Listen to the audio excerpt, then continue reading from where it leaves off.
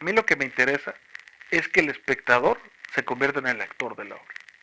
Que no sea este ente que está en una butaca bostezando o agarrando cacahuates, sino sí sacudirlo un poco y hacerlo partícipe, ¿sabes? Que eso, pues, ser partícipe desde que te miente la madre, por supuesto.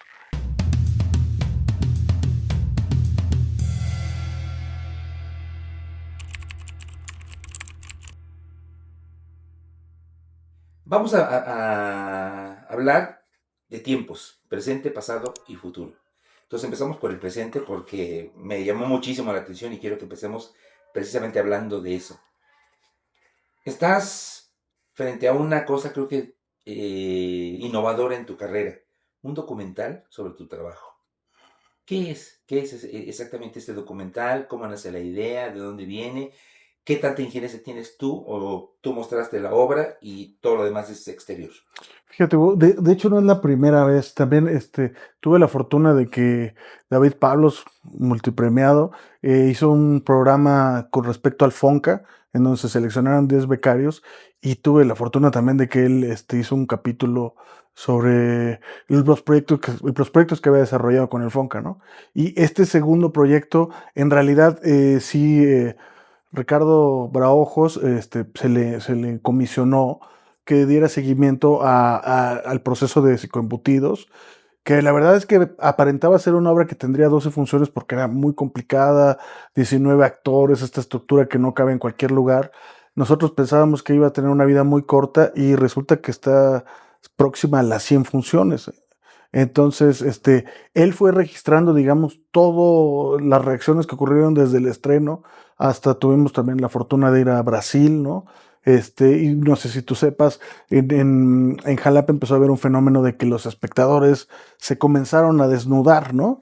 Y que esto se hizo cada vez más frecuente y yo pensé que, pues bueno, pues que era una moda, ¿no? Que este tipo de cosas ocurren, pero nos llevamos la sorpresa de que también en Brasil, donde por supuesto no sabía nada de la obra, no hablamos el mismo idioma, la gente hacía lo mismo, se empezó a desnudar.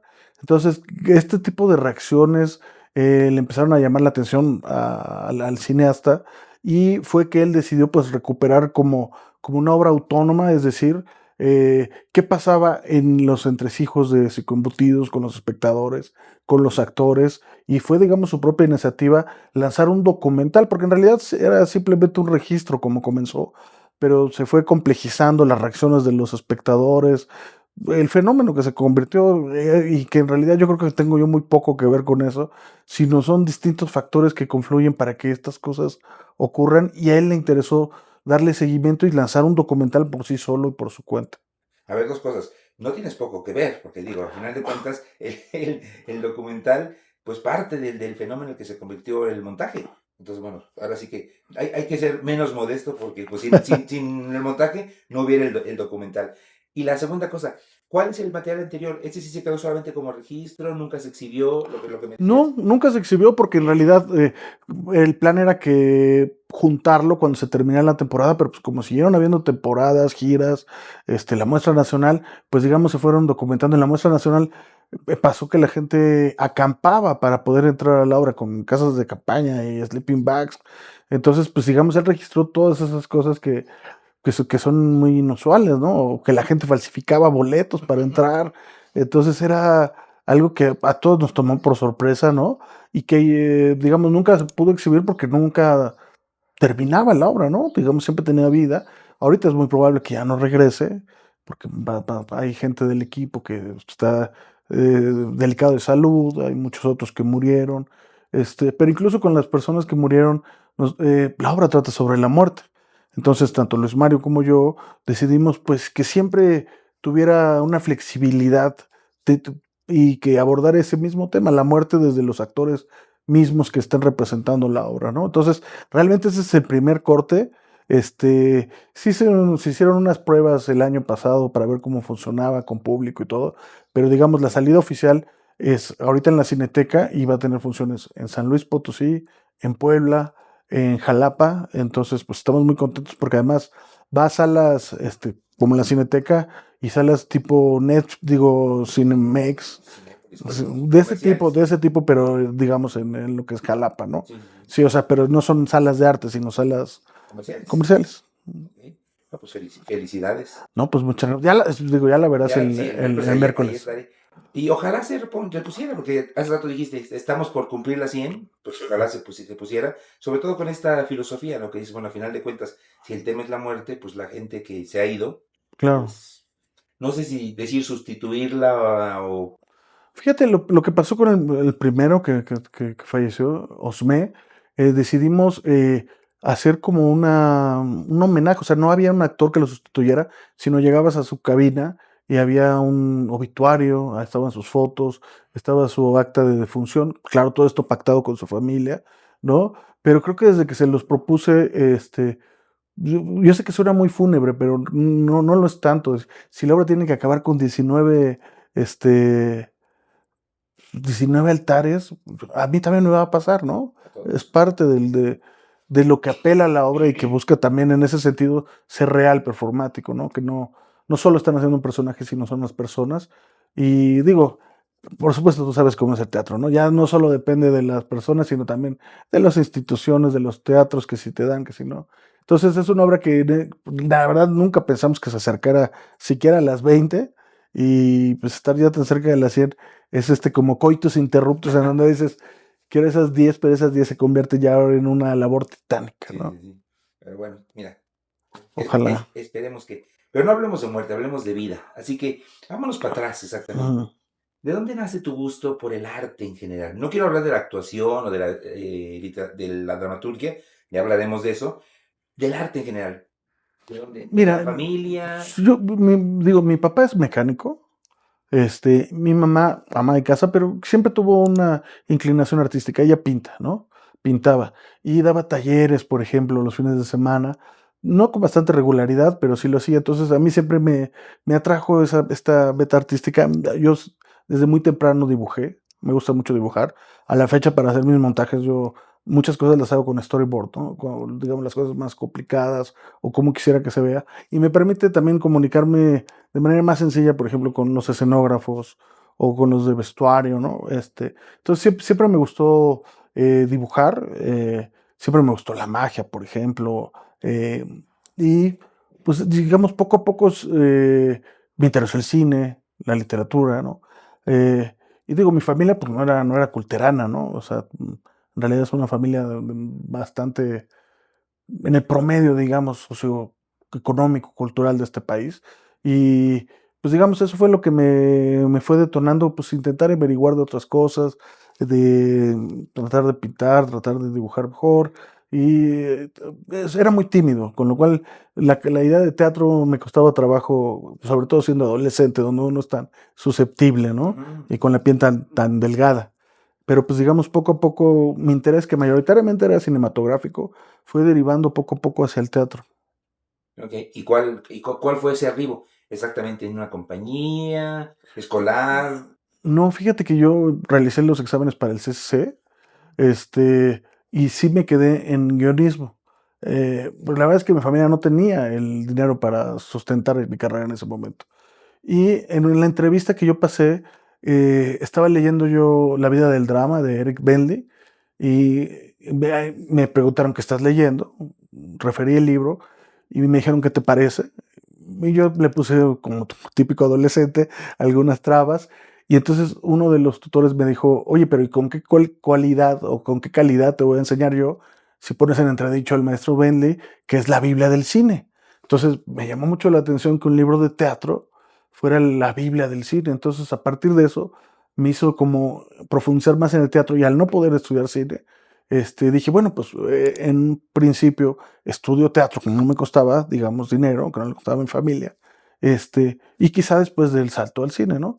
Me fue encantando el teatro en realidad, y a partir de ese libro y de ese cuestionamiento, pues terminé haciendo teatro, ¿no? O sea, y la verdad es que empecé yo muy tarde, a los 24 años, empecé a estudiar la carrera. Entonces, pues ese fue como mi arribo, ¿no? Un poco, no quiero decir accidental, pero sí me di cuenta que, y ahora lo entiendo perfectamente, que el teatro es la columna vertebral de lo que ocurre hasta en Internet, ¿no? O sea, en Netflix, o todo, cualquier cosa que ves en YouTube, tiene una columna dramática, tiene personaje, tiene antagonista, tiene drama, tiene género. Entonces, En realidad creo que es algo lo- perfecto. O sea, lo hemos perfeccionado a tal punto que es imposible narrar sin él prácticamente. Ya no digamos en los medios, en la calle. Dramatizamos, ¿no? Ay, qué dramático eres, que no sé qué. Siempre encontramos cómo narrar todo a partir del drama. Porque es la... Yo me preguntaba, bueno, sí, o sea, en el supuesto que existe un Dios, pues este Dios nos creó con imperfecciones como tener cáncer, diabetes, mil cosas. Nosotros tuvimos la oportunidad de replicar eso al crear personajes. Entonces pudimos haberlos puestos en un camino idílico y que Hamlet fuera feliz, pero no. También Shakespeare pone que tiene que superar mil desamores, incertidumbres. Entonces yo me preguntaba, bueno, ¿por qué estamos tan obsesionados con el conflicto, ¿no? ¿Por qué nos estamos tan adictos al conflicto? Y no sé si tú sepas, pero por ejemplo, el 90% de los sueños que tenemos son pesadillas, ¿no? Y bueno, a partir de un estudio biológico, concluyeron que las pesadillas tienen por función entrenar a la persona en el miedo. O sea, si tú en un sueño te persigue un tigre, pues no te va a aparecer un tigre en la calle, pero un asaltante te va a aparecer. Entonces, digamos, es una manera evolutiva de prepararte para sobrevivir. Entonces, yo lo equiparo al teatro. Yo creo que en realidad estamos tan interesados en el conflicto porque es un laboratorio en donde aprendemos a sobrevivir a la muerte de un ser querido, a, al ser o no ser, ¿no? A me quedo en mi casa o me escapo. En realidad son laboratorios en donde nos confrontamos y nos enseñamos a hacer algo que no haríamos en el mundo real o que nos prepara para hacerlo en el mundo real. La muerte de la madre, la muerte del padre, la muerte de uno, ¿no? Ay, mira, aprendí mucho en esta respuesta. En aquellos primeros momentos en la facultad, ¿cómo te veías como actor? ¿Ya empezabas a sentir el gusto por la dirección, por la dramaturgia? ¿Cómo te vislumbrabas? Sí, principalmente me gusta mucho escribir, pero más como director y como dramaturgo, ¿no? Ya la actuación, digamos, sí fue algo que se derivó, ¿no? De lo que yo quería pedirle a mis actores, ¿no? Y me parece que predicar con el ejemplo también es algo importante para mí desde el teatro, ¿no? A veces no comprendo a colegas que piden cosas que ellos mismos no serían capaces de hacer o no se atreven a hacer, ¿no? Es un trabajo peligroso, dictatorial un poco. Entonces, para mí siempre fue como éticamente correcto que si yo le pedía algo a alguien, yo estuviera también en la disposición de hacerlo, porque te digo, tú conoces mi trabajo, muchas veces entraña riesgos físicos o pues cismas, ¿no? Dentro de la persona que no, que a mí me gusta que se llegue a esos niveles, ¿no? Que en realidad podamos poner al actor, incluyéndome, por supuesto, al borde del abismo, y decir, salta, cabrón, ¿no? Entonces, de ahí devino a mi participación como actor, que yo digo también es algo que cada vez disfruto más, ¿no? Y como tú bien sabes, pues conforme uno va envejeciendo, eso es un proceso más gozoso, ¿no? Muchos creemos, a ver, tú dime si es cierto, que vencer al sensei fue tu primer, digamos, gran trabajo, así público. ¿Así es? Sí, sí. Ujú. Realicé dos antes de eso, una en la gruta, que se llamó Veneno a Sorbos, y otra, ya, digamos, a nivel estudiantil, pero en el que yo creo que también había ahí una poética semejante, porque estaba haciendo yo un Hamlet, pero en el mundo del boxeo, ¿no? Entonces para eso me puse a boxear durante un año y todo este tipo de cosas. Y sí, también hay a partir de esas críticas un poco iconoclastas de no, pero ¿para qué haces que Hamlet el boxeo? Creo que también me orilló a escribir mis propios textos, ¿no? Para que fueran juzgados ya por sí solos, sin todo el cúmulo del deber ser, ¿no? Que ocurre en la ópera, en los grandes clásicos. Entonces sí era necesario para mí también partir pues de qué quería hacer escénicamente y después pues, sostenerlo con una dramaturgia que se, a veces se puede inspirar por cosas o todo, pero principalmente nueva, ¿no? Original. Para que fuera juzgado en su conjunto todo el trabajo, este, y que no estuviera ya, digamos, con estos pensamientos parasitarios del qué debe ser el teatro, ¿no? Ok. Pues a ver, hablemos de vencer al sensei, porque realmente fue la entrada, pero por la puerta grande. O sea, tanto aquí a nivel nacional como internacional, o sea, muchos premios, muchos elogios. ¿Qué recuerdas de aquella temporada? Pues, primero, que lo que hablábamos fuera de cámara, la juventud, que, ¿verdad? Mucha gente me dice cuando la repongo y le digo, sería imposible que lo hiciera yo a esta edad. Recuerdo, primero, sí, cómo surgió la idea. A mí me gusta el cine de artes marciales, ¿no? Entonces yo decía, bueno, ¿qué prurito nos impide hacerlo en el teatro? ¿Por qué no lo hacemos en el teatro? Obviamente en el cine, pues existe la edición, los cables, tal.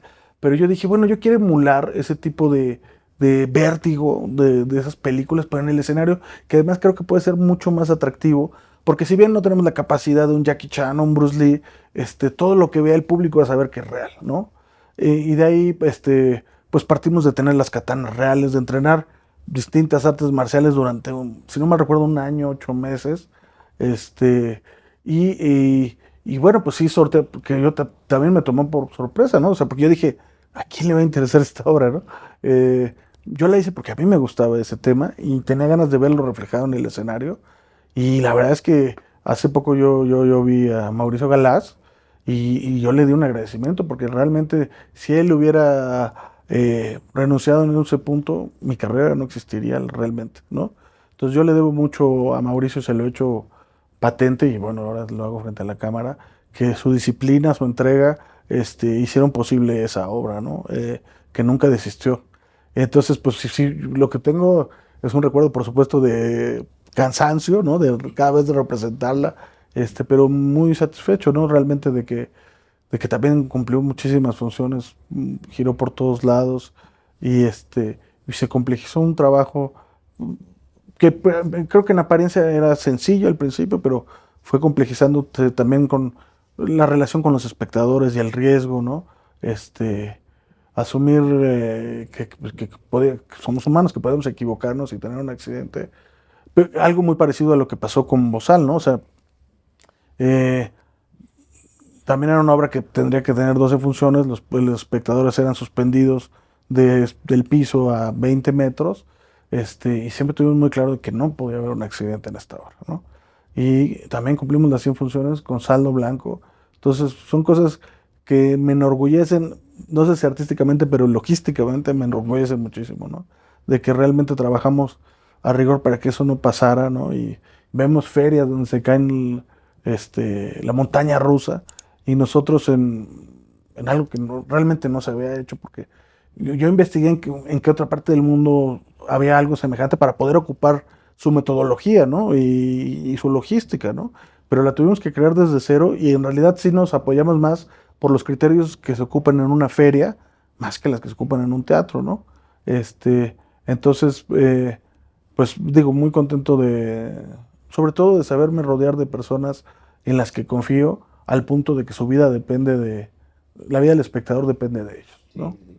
A ver, antes de hablar de ese tema, cerremos un poquito con Vencer al Sensei. ¿Cómo la recibió la gente en el extranjero? Sé, por ejemplo, que fueron hasta Egipto. Sí. ¿Dónde más estuvieron en el extranjero y cómo la recibió En la Estados gente? Unidos, fíjate que yo pensaba, por ejemplo, tenemos también esta visión del árabe peligroso y resulta que estaban mucho más atemorizados que el público mexicano, ¿no? Eh, yo sí creo que el teatro obedece a un contexto, ¿no? O sea, yo no veo Vencer al Sensei en un lugar, en Hawái, ¿no? O sea, creo que sí, la obra está imbuida también por el miedo que nosotros sentimos como citadinos, por el riesgo de voy a salir a las 8 de la noche. O sea, de eso creo que también está embebido mi teatro, ¿no? O sea, y que es un teatro citadino, que es un teatro vertiginoso, que es un teatro... A mí siempre me interesó la velocidad en el teatro. Eh, eh, que fuera una velocidad que fuera más acorde a los jóvenes de aquel tiempo, no sé si a los actuales, ¿no? Pero que estábamos más habituados a los videojuegos, al cine de artes marciales, a las caricaturas, ¿no? Entonces, para mí, el teatro que yo veía en ese momento era como muy estático, muy de pieza, los actores no corren, ¿no? Y eso fue pues, un descubrimiento, me decía el maestro Castillo, Germán, pues que en mis obras tenía el actor que aprender a correr y a hablar, que se le entendiera al mismo tiempo. Y la verdad es que es algo complejo, parece fácil, pero si tú estás haciendo mucha actividad, la emisión vocal es muy difícil. Entonces hay que aprender a hablar en ese registro, ¿no? En no tener aire, en estar exhausto, en pues en tener accidentes hasta fisiológicos, ¿sabes? Yo recuerdo que en Egipto, esto es algo que es casi escatológico, pero imagínate la temperatura de Egipto. Nosotros teníamos un traje y un día me oriné, cabrón, en función. Y yo, ¿qué pasó? Y fui con el doctor, ¿no? Y él me decía que sí, o sea, que ante un esfuerzo físico constante y ante una temperatura, esas cosas podían pasar, ¿no? Y ya la comprendí como parte de un proceso que a veces ocurre en nuestras obras, ¿no?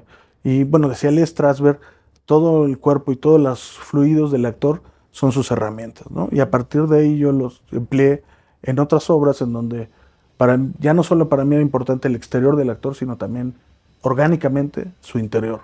No solo lo emocional, sino todas sus cavidades, ¿no? Todo lo que se puede hacer con esto que soy, que es mi único instrumento que tengo. A ver, ya que hablaste de Bozal, me gustaría conectarlo eso, bueno, ese ejemplo del público suspendido con otros montajes tuyos.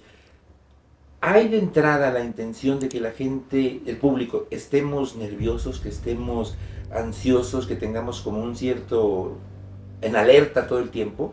Me acuerdo que hay cuchillos en otros montajes. Este último que del de los videojuegos, por ejemplo, o sea, que la gente no sabe cómo reaccionar.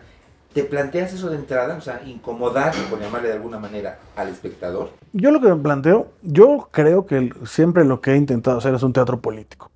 No un teatro político discursivo, sino un teatro político en la praxis. A mí lo que me interesa es que el espectador se convierta en el actor de la obra. Que no sea este ente que está en una butaca bostezando o agarrando cacahuates, sino sí sacudirlo un poco y hacerlo partícipe, ¿sabes? Ser partícipe desde que te miente la madre, por supuesto. Es una de las posibilidades que eso ocurra. Cuando tú te metes con el espectador, tienes que estar preparado para que el espectador, y no solo preparado, tienes que ser receptivo a lo que el espectador le ocurre con lo que tú le estás proponiendo. Entonces, para mí, es vital que quien termine siendo el protagonista de la obra sea el espectador. Y para esto, pues, por supuesto, por ejemplo, en el Bozal yo quería que ellos sintieran lo mismo que los personajes. Este estado de ingravidez, de me voy a caer, de qué depende que esté aquí, del vértigo, y ocurría algo, por ejemplo, serendipias que uno no supone, ¿no? Pues la gente después de estar suspendido una hora en el aire no tiene irrigación en las piernas, ¿no? Sanguínea. Entonces una vez que vuelve al piso, se siente mareado, se siente raro. Entonces a mí me gustaba que en realidad sintieran lo mismo que los personajes, ¿no? Que no fuera, pues son los astronautas que están allá afuera, como lo vemos en el cine, ¿no? Sino que tú mismo sintieras la ingravidez en algún punto. Entonces sí me interesa siempre participar con él, que sacudir al espectador para que él termine siendo el protagonista de la obra, ¿no? Y yo creo que eso es algo que ha sido una constante en todas las obras, pero sí creo que él es el que debe ejecutar un acto político, en contra o a favor, o saliéndose, o viendo 20 veces, o participando cada vez. O sea, eso es a mí lo que me encanta de ese proceso, ¿no? Que en realidad él nos arrebate la obra. Ya dijiste que ha sucedido saldo blanco totalmente, pero ¿hay algún momento que ha habido riesgo para ti, para los actores, para el público, que recuerdas así de que, híjole, aquella vez que pasó esta cosa? Sí, no, por supuesto, por supuesto. Pero fíjate, esto es la paradoja. Yo he visto más accidentes en obras de corte clásico que en mis obras. Creo que en realidad cuando tú sabes que vas a accionar con peligro, enciendes un nivel de alerta que no tienes cuando sabes que vas a hacer una obra de Strindberg, ¿no? En una mesa, en donde te descuidas y ya te caíste 3 escalones y te fracturaste en 4 la pierna, que lo hemos visto en el teatro muchísimo, ¿no? Por supuesto que en mi obra ha habido accidentes, ninguno de suma gravedad, ¿no? Pero sí accidentes que van desde lesiones, fracturas, pero nada gravísimo, gravísimo dado los elementos con los que hemos trabajado, como sierras eléctricas, altura, cuchillos reales. Ahora que decía lo de los cuchillos, siempre me referían a esta cosa como de esta anécdota de Dustin Hoffman, de ¿por qué no mejor lo actúas, no? Yo les digo, no, es que realmente yo nunca he visto a alguien actuar que se le lanza un cuchillo con tal verosimilitud que cuando le lanzas uno real. Eso es absolutamente, no se puede replicar. Yo creo que ni el mejor actor lo puede replicar.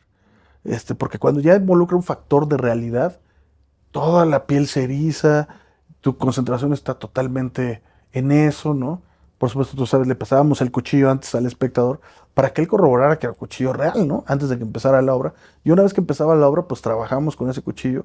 Y entonces es como trabajar con otro actor, Hugo. Los cuchillos se convertían de pronto en otro personaje que tenemos que ver cómo era lanzado, cómo me lo iba a aventar mi compañero, cuándo tenía que poner la tabla antes de que me la penetrara, a qué velocidad tenía que pasarlo entre mis dedos para no cortarme. Entonces era prácticamente como tener otros actores. Los objetos terminaban convirtiéndose en algo actoral, ¿no? Porque tenía intención, por supuesto, dado nuestra manipulación, este, pero hay veces que no, la ficción no es suficiente. A veces es menester que la realidad apoye esa ficción. Ujú. Y creo que crea un doble discurso que a veces es muy interesante. Otro montaje muy importante en tu carrera, y creo que precursor del éxito que tuvo después el texto ya por otros rumbos, es Cuerdas. Ujú. ¿Qué tal esa temporada? ¿Cómo llega a ti Cuerdas y qué recuerdas de la temporada? Bueno, por supuesto, Bárbara me mostró ese texto prácticamente cuando lo escribió. Ya venía, digamos, de estas obras de corte físico, ¿no? Pero creo que un director no debe anteponerse a lo que el texto mismo propone. Trata sobre un fonámbulo, ¿no? Y los hijos que van a reunirse con él. Y a mí me pareció que en esta obra no cabía la acrobacia, ¿no? Que en realidad el acento estaba puesto en otra cosa, en la mente, en la construcción de un espacio muy particular, porque tiene distintos espacios. Entonces de ahí, pues durante varios meses estuve pensando realmente cómo figurar estos espacios y de ahí vino la cuerda, ¿no? Esta cuerda de gimnasia acrobática que recrea espacios que no existen, ¿no? Y digamos, sí, originalmente fue un trabajo que se planteó como una lectura dramatizada, pero pues en la lectura dramatizada nos propusimos hacer el montaje y fue como se quedó, en realidad. A partir de esa lectura que iba a Querétaro, en la Semana de la Dramaturgia, si no mal recuerdo, se quedó el montaje definitivo, ¿no? Con el que también no tuvimos tantas funciones como pensábamos, pero fue muy grato, por ejemplo, trabajar con Carlos Corona, con Felipe Cervera, o sea, con Ángel Enciso, ¿no? En este personaje tan complicado que era la cuerda, que parece que no es nada y es todo, ¿no? O sea, en realidad no hay nada más difícil para un actor que estar no estando. O sea, es una paradoja, es como los Koen japoneses, ¿no? Que se dedican en teoría son invisibles para el espectador, pero claro que son mucho más gozosos cuando tú distingues la técnica que tienen para volverse visibles, que es increíble, ¿no? Leo por acá en tu currículum que estuviste como director invitado en Londres, exactamente, en la Royal Court.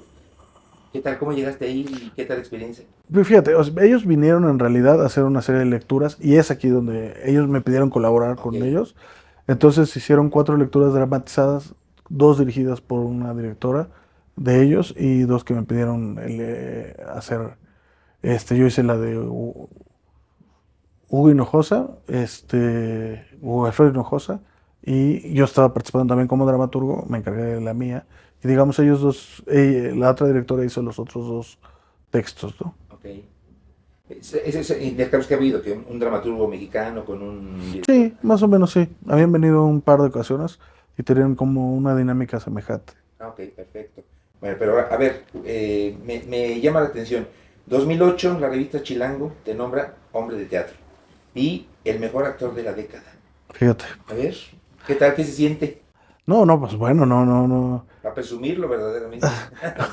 No, fíjate que, bueno, pues estas cosas te sorprenden, ¿no? En realidad no esperas como lo que te digo que ocurre con ciertas obras y otras con las que tú dices, no, me va a ir muy bien, no te va tan bien. Es un gran misterio el teatro, ¿no? O Sí, sea, sí.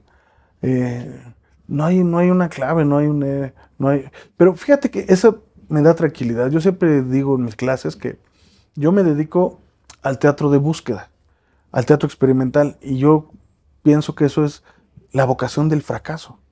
O sea, en realidad, para que yo pueda trabajar bien, tengo que aspirar al fracaso. ¿En qué sentido? Si quisiera hacer una obra well made, bien hecha, hay libros para eso. en qué parte del escenario el actor tiene más relevancia, cómo hago, O sea, si tú sigues esas Biblias, vas a hacer una obra bien hecha, punto, ¿no? Yo me dedico precisamente al opuesto. No saber cómo hacerla, proponer cómo hacerla, con altísimas posibilidades de que eso fracase. Decía, alguien refería a un productor comercial que criticaba el teatro de búsqueda, que decía, bueno, y en 40 años que han encontrado. Y yo pues, dije, qué lástima que no lo tuve de frente, porque le dije, todo lo que está ocupando ahorita el teatro comercial, por ejemplo, eh, ya nadie utiliza una escenografía real, todos ocupan mapping, ¿no?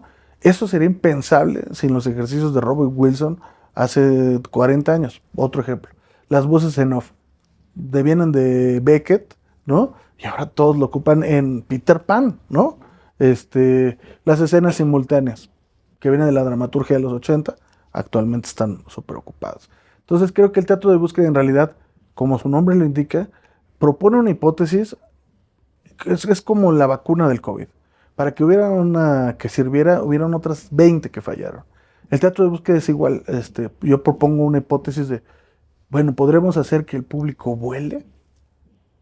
Sí, no. Descubrí muchas cosas al hacerlo, ¿no? Desde la percepción misma. Eh, y otras cosas funcionan y no funcionan, pero en realidad si yo me atengo a la idea de que tiene que estar bien hecho, no consigo lo que estoy buscando. Y lo que busco, sí lo comparo un poco, quiero creer, a la ciencia, en donde yo lanzo una hipótesis. ¿Qué pasa si un actor trabaja con cuchillos reales? ¿Qué pasa si un espectador ve una obra en 3 alturas distintas, ¿no? ¿Qué pasa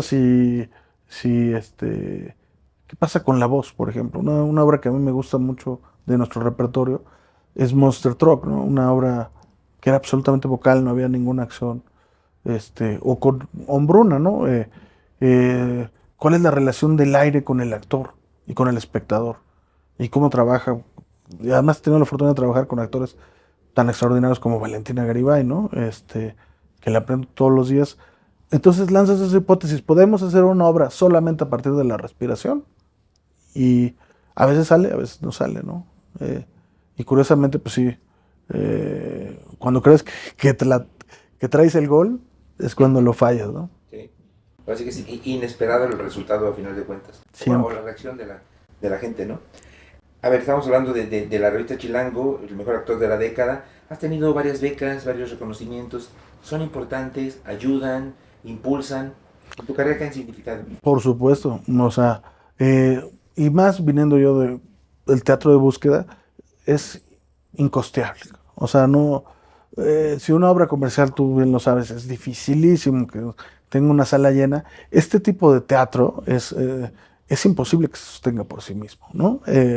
Entonces, si esas becas y esos apoyos permiten que siga existiendo, ¿no? Y que sí es una inversión a largo plazo, volvemos a lo mismo. O sea, yo creo que lo que se está descubriendo ahora en el teatro de búsqueda lo van a ocupar el teatro comercial en 50 años, ¿no?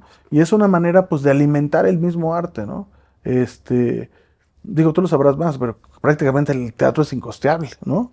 Sea comercial o sea de búsqueda. Sin estos apoyos, que debe ser una obligación del Estado, ¿sabes? Porque es un patrimonio inmaterial, y la verdad es que yo creo que si comparamos nuestro teatro con cualquiera del mundo, no tiene, no tiene nada que envidiarle. Porque a diferencia de otros artes que son muy mediáticos, que requieres la mejor cámara, aquí la potencia humana, el conflicto que existe en nuestra piel, en nuestra ciudad, hace que estemos a la par con cualquier potencia del mundo, ¿no? Y digo, yo he visto ese teatro, yo lo he comparado, y he visto las obras de mis colegas. El teatro que se hace en México es de altísima calidad. Entonces, pues ya está muy bien que el Estado tenga estos apoyos, le dé continuidad a las compañías, tanto experimentales como no experimentales, que siga habiendo teatros, ¿no? Que haya condiciones cada vez mejores para el teatro, ¿no? Entonces, esos apoyos, sin esos apoyos yo no hubiera podido hacer nada de lo que hubiera querido, ¿no? Cada uno de tus estrenos siempre es como una especie de acontecimiento. O sea, la gente va a ver ahora qué se le ocurrió a Richard, ¿no? O sea, cuando no son cuchillos, con la gente volando y todo. Por ejemplo, ¿podemos hablar de algunos de ellos? Claro. El Evangelio según Clark. O sea, ¿cuál era la búsqueda ¿No había temor incluso de alguna ofender a alguien? ¿Qué pasó con esa puesta en escena? Fíjate, o sea, luego la gente piensa que yo disfruto estas cosas, ¿sabes? Que me gusta lanzarme de un quinto piso, que en realidad yo son procesos que sufro, ¿no sabes? Si lo hago es porque me implican un obstáculo, porque me implican un reto. Yo crecí con una formación católica, ¿no? Entonces yo cuando escribí esa obra, yo ahora soy agnóstico, por supuesto, ¿no? Escribiendo esa obra, pues tenía grandes sentimientos de culpa y de Dios me va a caer un rayo en este preciso momento. Pero un poco el seguirle escribiendo era como confrontar ese miedo, ¿sabes? Ser hereje por voluntad, ahora sí que para comprobar existe, no existe Dios.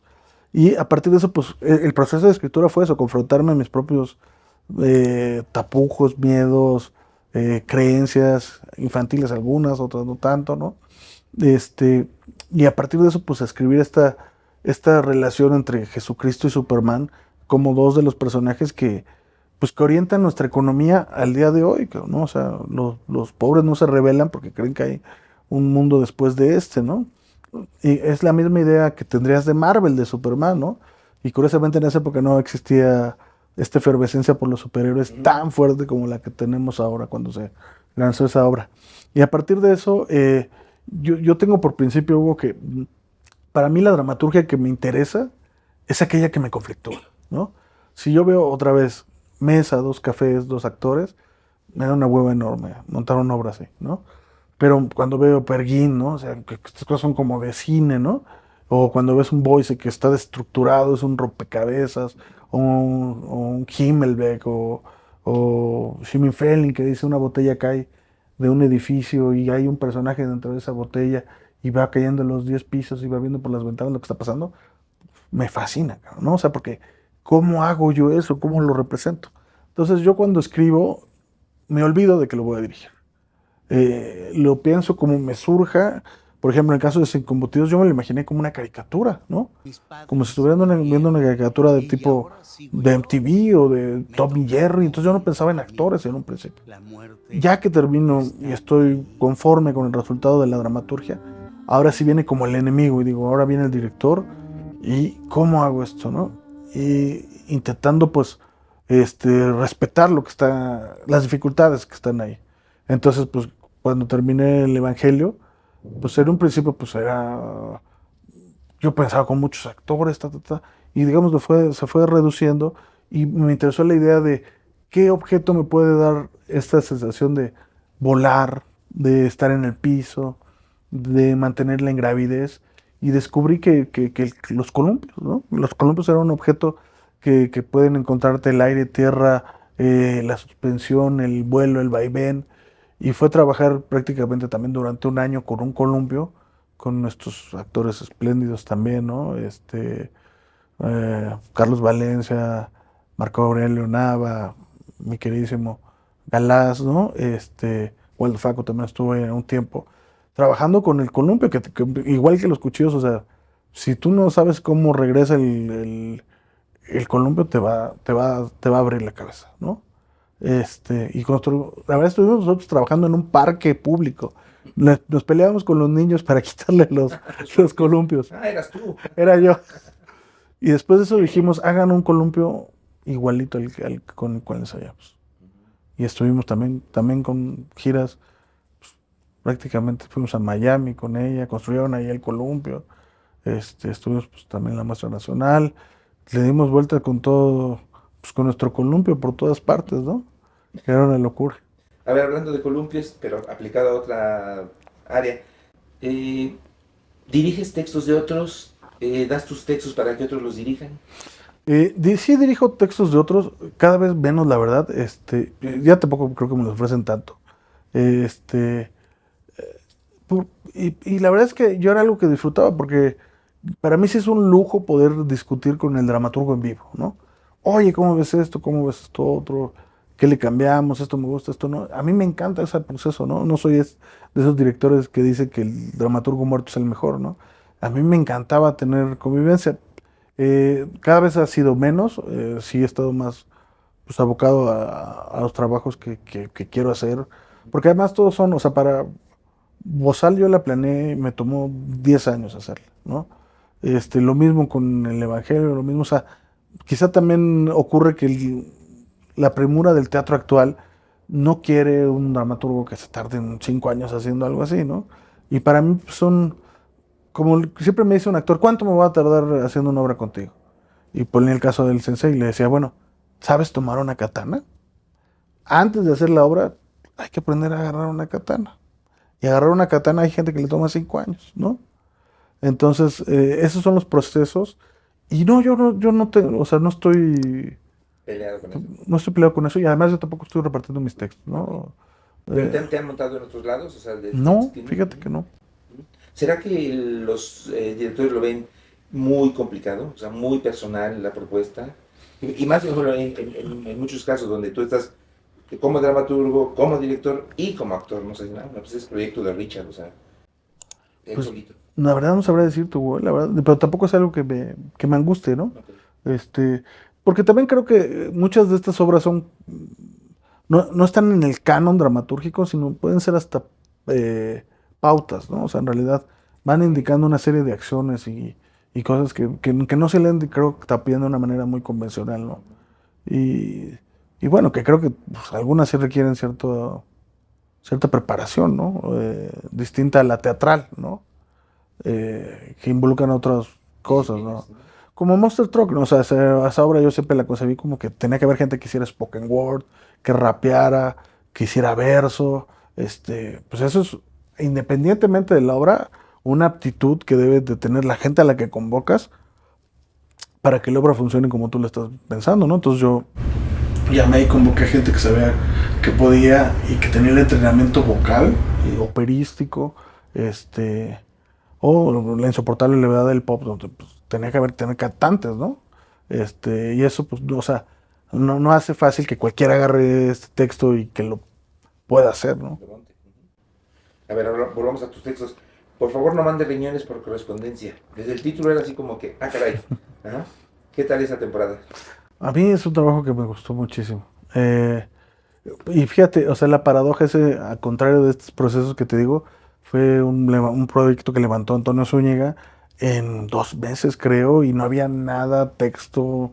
Y nos dimos a la tarea, Antonio Zúñiga, José Alberto Gallardo, un servidor, de escribir una obra. Por supuesto, como que vimos varias posibilidades temáticas. Yo propuse la de los asesinos seriales con ínfulas artísticas, ¿no? Aquellos que se creen artistas, y que tenían obra que pudieras cotejar, ¿no? Y que pudieras juzgar artísticamente, entre comillas. Y a partir de eso hicimos pues una segmentación en donde cada uno elegía uno de estos asesinos, uno mexicano, uno americano y uno inglés, y a partir de eso en un mes se escribió, en un mes se montó, la verdad es que todo parecía que era un fracaso, ¿no? Que no iba a salir bien esa obra. Y se concatenó de un modo tal que quedó algo que a mí me gustó muchísimo y creo que los involucrados también. Pero pues, digamos, a contrasentido de lo que normalmente yo trabajo, ¿no? Tanto en los tiempos como en la preparación. Pero es un trabajo del cual estoy muy, muy orgulloso, la verdad. No he podido acordarme del nombre de aquel montaje que surgió a partir de Twitter. 140. 140. Claro Pero que ahora es. ahora es 280, fíjate. Sí. Ajá. Y a ver, la pregunta tiene que ver. No, era un montaje elaboradísimo, o sea, así como milimétrico, la escenografía, todo. Y una temporada muy corta. ¿No es frustrante eso a veces, Richard? O sea, has tenido suerte de algunos montajes que tú dices, esperábamos 10 12 funciones y nos fuimos a 100.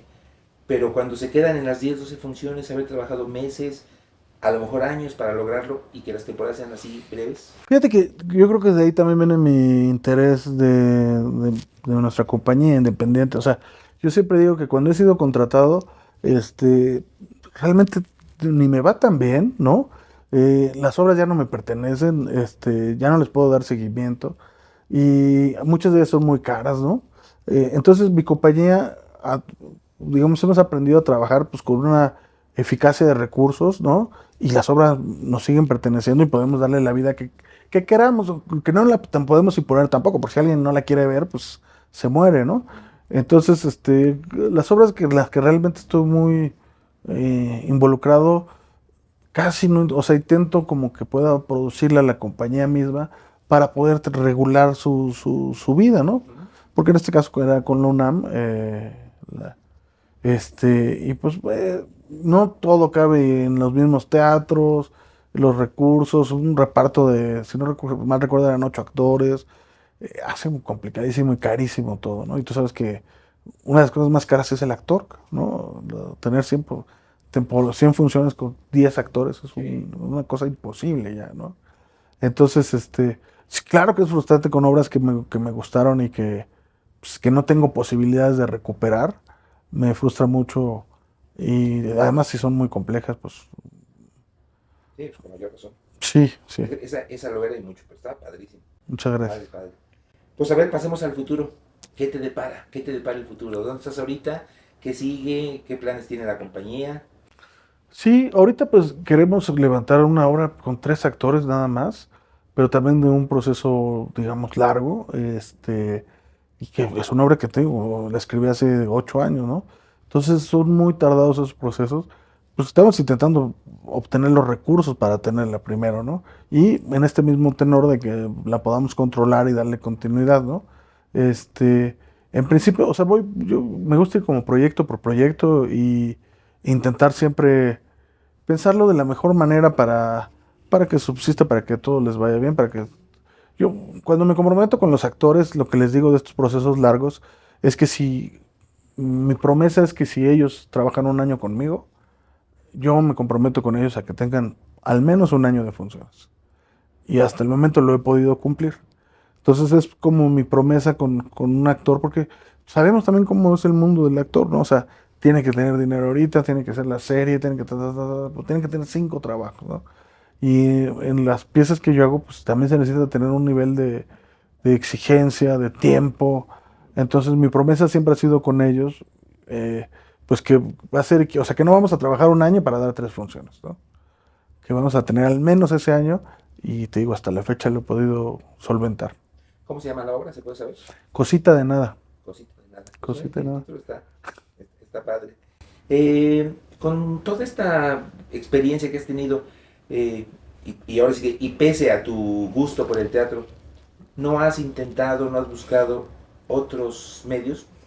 Escribir para tele, para series, ¿no te interesa? Sí, el cine me interesa, por supuesto, y sí he estado viendo esa posibilidad, como todo en este mundo es algo que tarda mucho, ¿no? Y que se requieren de recursos, pero en el cine sí estoy bastante interesado, y estoy viendo, ¿no? Estoy buscando, ¿no? Pero sí, un poco igual, fíjate, o sea, en mi carrera no hago obras por encargo, ¿sabes, Hugo? No, o sea, no estoy buscando solamente el trabajo, ¿no? Sino realmente algo que me apasione, porque por lo mismo que te digo, me va a tomar 10 años de mi vida, no quiero que sea algo de lo que no estoy convencido, ¿no? Entonces, un poco lo mismo con lo de los otros medios, principalmente, o sea, no me gustaría llegar a escribir una serie por encomienda, ¿no? Sino proyectos que a mí me interesen poderlos levantar también, ¿no? Que yo creo que es parte del trabajo de un creador también, encontrar cómo levantar proyectos complicados. O sea, Bozal yo jamás pensé que íbamos a llegar a lo que llegamos, ¿no? Y a conseguir lo que conseguimos, pero pues siempre puse el dedo ahí hasta que lo conseguí, ¿no?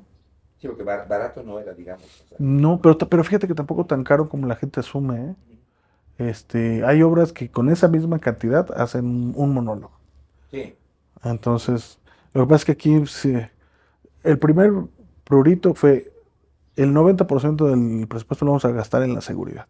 Y el 10 restante le vamos a dar lo creativo. en todo lo demás. Sí. Perfecto. No sé si malentendí por ahí que mencionaste hace rato, ¿das clases? Sí. ¿En dónde? Ahorita estoy dando en la maestría de dirección escénica en Yucatán. Ok. Vía, doy muchos talleres. Propiamente no estoy, di en la Facultad de Filosofía y Letra, en la carrera. Este, ¿En tu pero escuela? en mi escuela, sí, Ajá. sí, mi escuela.